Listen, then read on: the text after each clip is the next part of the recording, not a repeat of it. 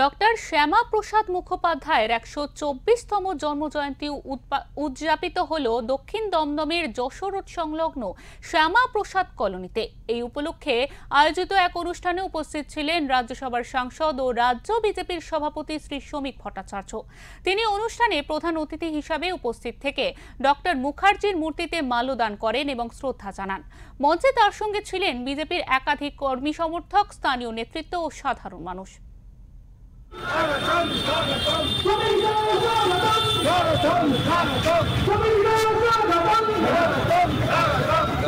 সরে যা দাদা, এখান থেকে সরে যা, ফোনটা ছেড়ে দাও।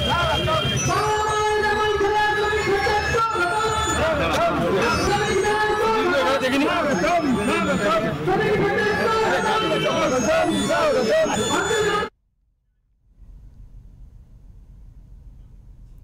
অনুষ্ঠানে অন্য ব্যক্তিরাও ডক্টর মুখার্জির জীবন দর্শন, ত্যাগ ও আদর্শ নিয়ে আলোচনা করেন। শিক্ষাক্ষেত্র, প্রশাসন এবং জাতীয় রাজনীতিতে তার অবদানের কথা স্মরণ করে উপস্থিত সকলে তাকে শ্রদ্ধা জ্ঞাপন করেন। এই দিন বিজেপির রাজ্য সভাপতি শ্রমিক ভট্টাচার্য জানান, পূর্ণ আবির্ভাব দিবসে প্রতিবার আমরা এখানে সমবেত হই। নাম সমবেত শ্যামাপ্রসাদ কলোনি, সেই কথাটা স্মরণ রেখেই পশ্চিমবঙ্গের জননেতা,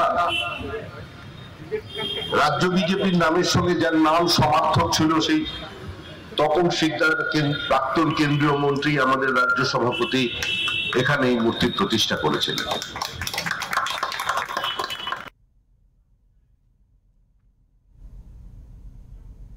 এই কর্মসূচিতে উপস্থিত বক্তারা বলেন, আজকের রাজনৈতিক ও সামাজিক প্রেক্ষাপটে শ্যামাপ্রসাদ মুখার্জির আদর্শ আরও বেশি প্রাসঙ্গিক। নতুন প্রজন্মকে তার জীবন ও চিন্তা সম্পর্কে জানানো ও বোঝানো জরুরি।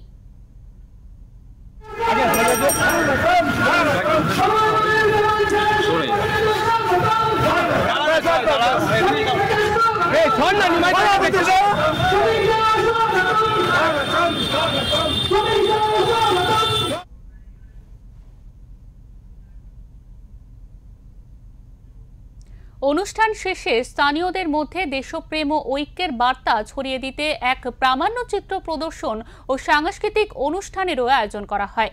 এই জন্মজয়ন্তী পালন যেন শুধু আনুষ্ঠানিকতা নয়, বরং হয়ে উঠল শ্যামাপ্রসাদ মুখার্জির আদর্শে পথ চলার এক নবপ্রতিজ্ঞা।